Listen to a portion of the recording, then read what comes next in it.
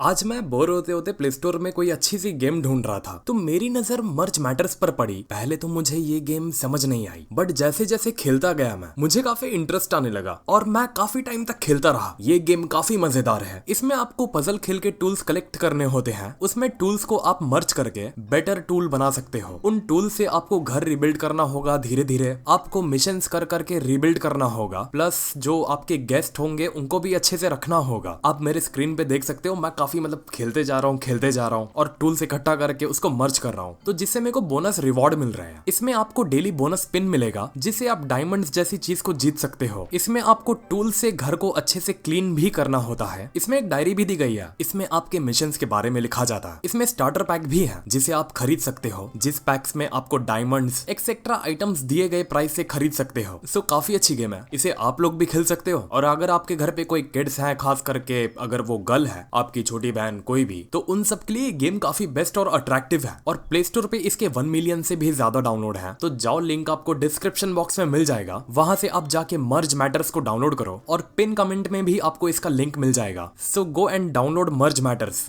तो यार, dragon ball की शुरुआत होती है सेयन से और इसकी कहानी 15-20 साल तक सिर्फ प्लेनेट लेवल तक रखी जाती है। शायद आज से हमें 15-20 साल पहले इसका अंदाजा भी नहीं था कि हमारे बड़े होने के बाद ड्रैगन बॉल में बीरस और वीस जैसे कैरेक्टर भी आएंगे और एक मल्टीवर्स का कॉन्सेप्ट आएगा, जहाँ कहानी सिर्फ प्लेनेट तक नहीं, यूनिवर्स लेवल तक कहानी का रुख मुड़ जाएगा। और सिर्फ यूनिवर्स नहीं, आज ड्रैगन बॉल सुपर में 12 यूनिवर्स हैं। थे काफी, लेकिन उनमें से कुछ को जेनो ने इरेज कर दिए थे। लेकिन मुद्दा यहाँ ये है कि आखिर ड्रैगन बॉल सुपर के यूनिवर्स और मल्टीवर्स का मोटिव क्या है और ग्रैंड प्रीस्ट और जेनो का मोटिव क्या है। ये बात से हम सब वाकिफ हैं। जेनो सबसे सुप्रीम है, ग्रैंड प्रीस्ट सबसे ग्रैंड तख्ते पर है, लेकिन सवाल यही है आखिर इसका मोटिव क्या है। जेनो और ग्रैंड प्रीस्ट को आखिर वो पोजीशन पर रखा क्यों गया है, और उससे भी बड़ा सवाल, आखिर इन्हें ऐसी पोजीशन पर किसने ला के रखा और आखिर ये पूरा सिस्टम बनाया किसने, जहाँ ये पूरी हुकूमत को एक सिस्टमैटिक तरीके से कंट्रोल किया जाता है। शायद अभी भी बहुत लोग नहीं समझे होंगे कि मेरे कहने का मतलब क्या है। अगर कोई समझ गया तो हो सके तो वो ज्यादा आसान तरीके से मेरे सवाल को कमेंट बॉक्स में लिख दे, जिससे दूसरे लोगों को इस वीडियो का कॉन्टेक्स्ट समझ में आ जाए। मेरा सवाल यही है कि आखिर इस सिस्टम का क्रिएटर कौन है जिसने 12 यूनिवर्स को बनाया और उन 12 यूनिवर्स का एक तौर और तरीका बनाया। सिस्टम की शुरुआत प्लेनेट लेवल काइस से होती है। काइस के बाद सिस्टम जाता है गॉड ऑफ डिस्ट्रक्शन पर। गॉड ऑफ डिस्ट्रक्शन को असिस्ट करने के लिए एंजल्स और एंजल्स को असिस्ट करने के लिए ग्रैंड प्रीस्ट। और आज तक ये ड्रैगन बॉल में कंफर्म नहीं हुआ है कि ग्रैंड प्रीस्ट का भी एंजल्स और गॉड्स वाला ही कॉन्सेप्ट है या ग्रैंड प्रीस्ट सिर्फ पोजीशन में जेनो के नीचे है और बैटल में जेनो के ऊपर। ये ध्यान देना, ओमनी किंग का जो अल्फाज इस्तेमाल किया गया है इसका असल मतलब ये है सभी के ऊपर, लेकिन ये पोजीशन वाइज मैं बता रहा हूँ, बैटल वाइज नहीं। अब इससे ही ये बात तय होती है कि ये ड्रैगन बॉल का यूनिवर्स एक सिस्टम है जो अच्छी तरीके से कंट्रोल है, जिसकी सत्ता और हुकूमत पूरी सिस्टम से चलती है। और इसके अलावा पूरे ड्रैगन बॉल में कोई दूसरी हुकूमत नहीं है जो इतना सिस्टमैटिकली पूरे 12 यूनिवर्स पर राज करती हो। और ओमनी किंग इस बनाए हुए सिस्टम की सबसे टॉप की पोजीशन है। ध्यान देना, मैंने यहाँ ये कहा ओमनी किंग कोई ओमनी किंग नहीं है। ओमनी किंग एक पोजीशन का नाम है जो इस सिस्टम की बनाई हुई सबसे टॉप की पोजीशन है। शायद मैं गलत भी हो सकता हूँ, लेकिन ड्रैगन बॉल सुपर में कल का ये देखकर तुम्हें हैरानी नहीं होगी कि ओमनी किंग का भी रिप्लेसमेंट हो सकता है। और ये ग्रैंड प्रीस्ट की खुद की जबान है कि उनके ऊपर ऐसे 4-5 लोग और हैं जो बैटल पावर में उनसे भी कई गुना ज्यादा ऊपर है। अब जो यहाँ सबसे बड़ा सवाल है वो ये है, आखिर इस सिस्टम को बनाया किसने, इस सिस्टम का मालिक कौन है, किसने जेनो को बनाया, ओमनी किंग को ओमनी किंग बनाया, एंजल्स और गॉड ऑफ डिस्ट्रक्शन जैसे यूनिवर्स में पोजीशन क्रिएट की है। आखिर इस पूरे 12 यूनिवर्स का क्रिएटर कौन है, कौन शख्स है वो जो इतनी सुप्रीम, इतनी अनथिंकेबल पावर को होल्ड करता है।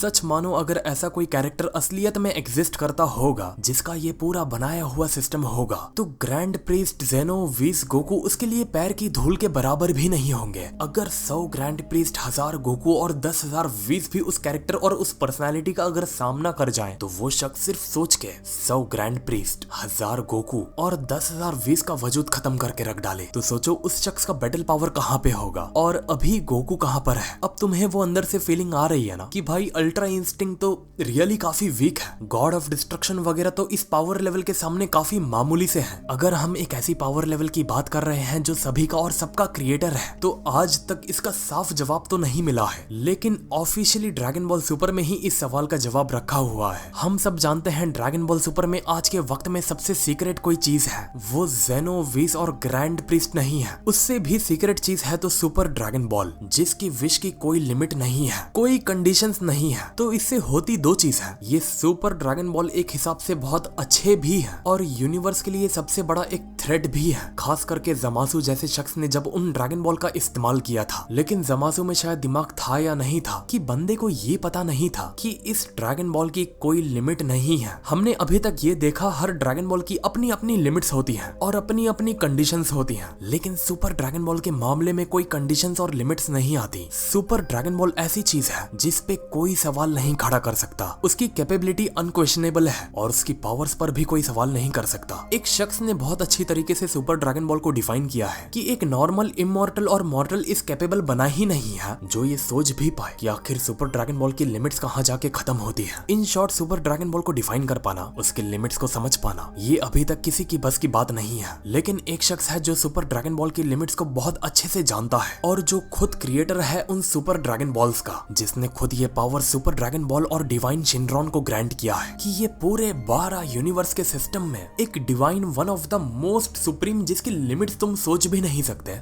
वो है सुपर ड्रैगन बॉल्स। सोचो फिर उस क्रिएटर की लिमिट क्या होगी जिसने अपनी पावर से सुपर ड्रैगन बॉल को इतना डिवाइन बना दिया। उस शख्स का नाम है जलामा, जिसने सुपर ड्रैगन बॉल को बनाया, जिसने इन सब सिस्टम के ऊपर, ओमनी किंग के भी ऊपर, सुपर ड्रैगन बॉल और डिवाइन शिनरॉन को रखा, जो इतना कैपेबल है, जिनका एग्जिस्टेंस भी खत्म हो गया हो, जो यूनिवर्स हमेशा के लिए चले गए हो, उनका एग्जिस्टेंस फिर से वजूद में ला दिया हो। अब तुम ये समझ जाओ कि डिवाइन पावर्स क्या क्या करने के कैपेबल है और क्या क्या कर सकती है, और उन डिवाइन पावर्स का क्रिएटर जो जलामा है, वो बंदा क्या क्या नहीं कर सकता। शायद मुझे यहाँ ये कहना होगा, अगर विश की ग्रैंड प्रीस्ट की मिलके पूरी फौज भी आ जाए ना उस कैरेक्टर के सामने, तो वो कैरेक्टर और उन डिवाइन पावर्स का जो क्रिएटर है जलामा, तो वो कैरेक्टर सिर्फ सोच के विश और ग्रैंड प्रीस्ट की पूरी फौज का वजूद खत्म कर सकता है। इसकी गवाही ये है, जिसकी डिवाइन पावर के हिस्से में से पल भर में वो यूनिवर्स वापस आ गए जो हमेशा के लिए चले गए थे और सिस्टमैटिकली वाइप आउट कर दिए गए थे। तो वो डिवाइन पावर और क्या क्या करने के कैपेबल हो सकती है, ये कोई सोच भी नहीं सकता। जलामा, जिसने ये सुपर ड्रैगन बॉल को 42 ईयर डिवाइन कैलेंडर में बनाया था, जो डिवाइन ड्रैगन्स का गॉड है जिसका नाम है जलामा। सोचो वो शख्स सिस्टम को क्या हिसाब से चलाता होगा। इनडायरेक्टली वो पूरे यूनिवर्स का, इस पूरे सिस्टम का गॉड है। और अभी जलामा किधर है, कहाँ पर है वो, इसका कोई जवाब नहीं है। ये ऐसा ही सवाल है जैसे हम अपनी दुनिया में रह के ये सवाल करें कि भगवान कहाँ पर है, कौन सी जगह पर है। और जलामा का अर्थ से, मौजूदा यूनिवर्स से, और जो टाइमलाइन पूरे मल्टीवर्स और यूनिवर्स में चल रही है, उससे उसका कोई लेना देना नहीं है। जलामा के लिए कोई टाइमलाइन नहीं है, उसके लिए कोई फ्यूचर और पास्ट नहीं है, उसका कोई आज और कल नहीं है, उसके लिए कोई डायमेंशन नहीं है। वो खुद एक डायमेंशन है, वो खुद एक टाइमलाइन है, वो खुद आज है और वो खुद कल है। पूरे ड्रैगन बॉल के इतिहास में ड्रैगन बॉल में सिर्फ और सिर्फ जलामा का एक ही बार जिक्र हुआ है, जिसका जिक्र ज़ोनो ने किया था, और उसने भी यही कहा था जो अभी मैंने कहा। लेकिन इसका कोई पुख्ता जवाब नहीं है कि क्या ये पूरा सिस्टम, क्या ये पूरा यूनिवर्स, क्या ये सारे क्रिएचर जो उन यूनिवर्स में रह रहे हैं, क्या वो जलामा की ही देन है, और क्या उसी के अंडर ये गॉड्स, एंजल, जेनो का पूरा सिस्टम रन कर रहा है। मेरी उम्मीद है मैंने यहाँ जितना हो सकता था जलामा को उतनी अच्छी तरीके से डिस्क्राइब करने की कोशिश किया, जिससे आप लोग भी इसका अंदाजा लगा लो कि आखिर जलामा कौन है। और ड्रैगन बॉल जिस दिन ये सब स्टोरी लाइन में घुस गया, जिस दिन राइटर ने ये तय कर लिया अब उसे विलेंस और गोकू वेजिटा से हटके इन सब चीजों को एक्सप्लोर करना है, तो ये सब चीजें कितना ज्यादा फ्यूचर में ड्रैगन बॉल को आगे बढ़ाएंगी। ड्रैगन बॉल में स्टोरी बहुत है और स्टोरीज को बहुत ज्यादा डार्क और थ्रिलर बनाया जा सकता है, लेकिन राइटर शायद इतने जल्दी अपने बॉक्सेस इन सब स्टोरी के नहीं खोलेंगे, क्योंकि ऐसी स्टोरीज और प्लॉट्स उनके लिए फ्यूचर में इन्वेस्टमेंट्स होने वाली है। अभी वो यही चाहेंगे जितना सिंपल चला सके, और जो चल सके उसी को चला दो। आई होप आप सभी को मैंने अच्छे से समझा दिया होगा कि भाई ये ड्रैगन बॉल का कुआं कितना गहरा है और इसमें अगर आप गिर जाओगे तो गिरते जाओगे। तो इसी बात पर सिर्फ हमारे लिए वीडियो को यार लाइक कर दो और हमारे समझाने के तरीके के लिए कम से कम अप्रिशिएट कर सकते हो कमेंट बॉक्स में। मैं ये वीडियो बहुत पहले ही बनाने वाला था, लेकिन हाँ, जब ये टॉपिक आया था तब मेरे ख्याल से मेरा चैनल ही नहीं था, तब मैं खुद YouTube पे एग्जिस्टेंस पे नहीं था। और चैनल को बिना सब्सक्राइब किए मत जाना, जिससे ड्रैगन बॉल और ड्रैगन बॉल सुपर इंडिया में आगे बढ़ते रहे और इसका फैंडम बड़ा होता जाए और हम भी होते जाए। तो मिलते हैं फिर अगले वीडियो में एक और नए टॉपिक के साथ। तो नमस्ते, खुदा हाफिज, सत श्री अकाल एंड गुड बाय। तो मर्ज मैटर्स को डाउनलोड करना मत भूलना, काफी अच्छी गेम है। लिंक मैंने डिस्क्रिप्शन बॉक्स में डाल दिया हूँ, तो वहां से जाके आप मर्ज मैटर्स को डाउनलोड कर सकते हो। सो गो एंड डाउनलोड।